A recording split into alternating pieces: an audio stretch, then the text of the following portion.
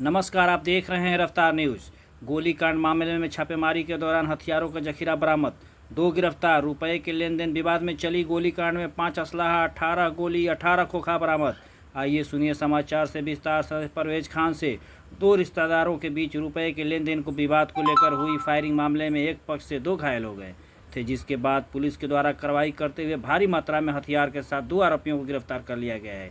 Police ने भगवानपुर थाना क्षेत्र के दारा कसेर गांव में छापेमारी कर कुल 5 बंदूक बरामद किया है, जिसमें 1 दुनाली, 1 4, 1 नाली बंदूक शामिल है। इसके अलावा पुलिस ने भारी मात्रा में कारतूस भी बरामद किया है, जिसमें 18 जिंदा एवं 18 खोखा बरामद किया है। वहीं गिरफ्तार आरोपियों में जनार्दन पांडे उर्फ छोटन पांडे पिता कमला पांडे और दिलीप शंकर पांडे पिता दुर्गा शंकर पांडे दोनों ग्राम दारा कसेर थाना भगवानपुर जिला कैमूर के निवासी बताए जाते हैं।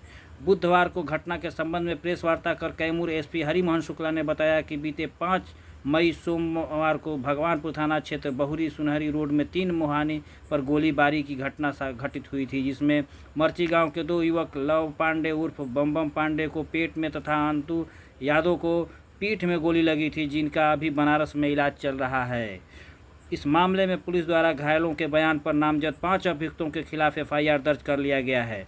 पुलिस को गुप्त सूचना मिली कि एक घटना में अभियुक्त हथियार के साथ भारी मात्रा में हथियार के साथ घटना से संबंधित लोग कसेर गांव में हैं, जिसके बाद अनुमंडल पुलिस पदाधिकारी भगवान शिवशंकर कुमार ने गठित टीम के साथ कसेर गांव में पहुंचे और हथियार के साथ 2 अभियुक्तों को गिरफ्तार कर लिया। आइए सुनिए इस विषय में जो है कैमूर एसपी क्या कह रहे हैं। दिनांक 5 मई को एक घटना हुई थी भगवानपुर थाना अंतर्गत बहुरी सुनरी रोड पर गोली चली थी। इसमें 2 लड़के घायल हुए थे, दोनों का भी इलाज चल रहा है। उसी में गिरफ्तारी और हथियार जिसमें प्रयुक्त हुए थे उनके लिए हम लोग छापामारी कर रहे थे। एक विशेष टीम का गठन किया गया था, जिसमें दोनों एसडीपीओ थे हमारे और थाना अध्यक्ष से कुछ और थाने के लोगों को भी इसमें शामिल किया गया। कल हम लोगों को ये सूचना मिली कि जो उस गोलीबारी में हथियार प्रयुक्त हुए हैं वो एक कसेर में एक जगह इकट्ठा किए गए हैं।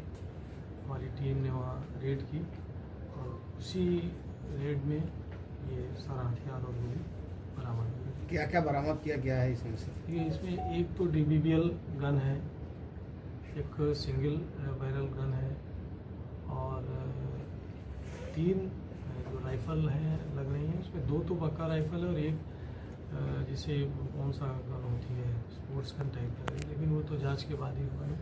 कुल 5 हथियार बरामद हुए हैं। 12 बोर के 13 कारतूस जिंदा बरामद हुए हैं। 315 बोर के राइफ़ल में प्रयुक्त होते हैं, उसमें 5 जिंदा कारतूस बरामद हुए हैं। 12 बोर के 17 खोखे बरामद हुए हैं और 315 बोर का 1 खोखा बरामद हुआ है। इतनी मात्रा में जो खोखे बरामद हुए हैं उससे भी ये लगता है कि हथियारों का उपयोग बीच बीच में किया जाता रहा है।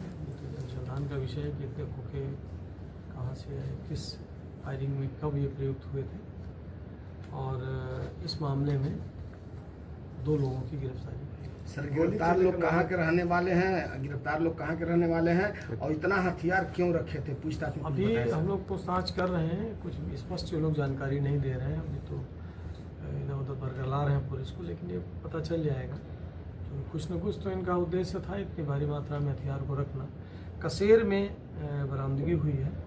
एक जो गोलीबारी की घटना हुई थी उसमें एक अभियुक्त था अभय पांडे, उसी का घर कसेर में है। तो अभय पांडे तो नहीं गिरफ्तार हुआ, लेकिन उसके परिवार के 2 लोग गिरफ्तार हुए, जिनकी जानकारी में हथियार इन्होंने छुपा करके रखा हुआ था। इसमें कई लोग को गोली लगी थी, उनकी स्थिति क्या है सर? अभी जो हमको पता है कि दोनों की स्थिति ठीक है और 2 लोगों को गोली लगी थी। क्या इसके पहले भी लोग किसी घटना को अंजाम दिए हैं क्या? अभी ये हम लोग आपराधिक इतिहास पता कर रहे हैं, अभी तक ऐसा कुछ पता नहीं। गोली चलने का मामला क्या है? देखिए, जो इन लोगों को 5 तारीख को जो गोली चली उसमें जो अभी तक इन दोनों पक्षों से पूछने की वजह से पता चला वो कुछ पैसे का लेन देन था। उसी पैसे के लेन देन को लेकर के छोटे-छोटे झगड़े हो रहे थे इनके बीच में। और जिस दिन घटना हुई है, इस दोनों पक्ष एक में सुलह कराने के लिए लोग जगह इकट्ठा हुए और बात वहाँ पर फिर सुलह होते होते झगड़ा बढ़ गया और जो एक पक्ष था उसने दूसरे पक्ष में गोली ये चलाई। पता चला कितना का लेन देन है? ये अभी कुछ नहीं, तरह तरह का कहना है, किसी का कुछ ज़्यादा कहता है कम। कितने अभियुक्त है सर? अब ये तो पुलिस पोस्टमार्टम सॉरी जो जख्म प्रतिवेदन है उसके बाद ही पता चलेगा कि उसमें कौन सी बुलेट मिली है। समझौता के लिए सर आर्म्स लेकर जाना, जी, समझौता के लिए आर्म्स लेकर जाना कहाँ तक?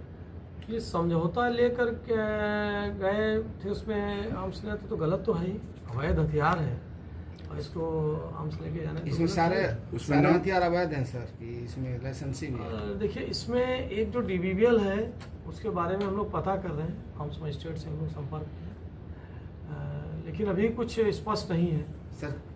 3 जो राइफल नुमा है वो तो पक्का अवैध है, एक और राइफल की तरह है, स्पोर्ट्स गन भी हो सकती है, राइफल भी हो सकती है, और एक DBBL है। अब DBBL चोरी की भी हो सकती है, अवैध भी हो सकती है, और उसका हो सकता है लाइसेंस।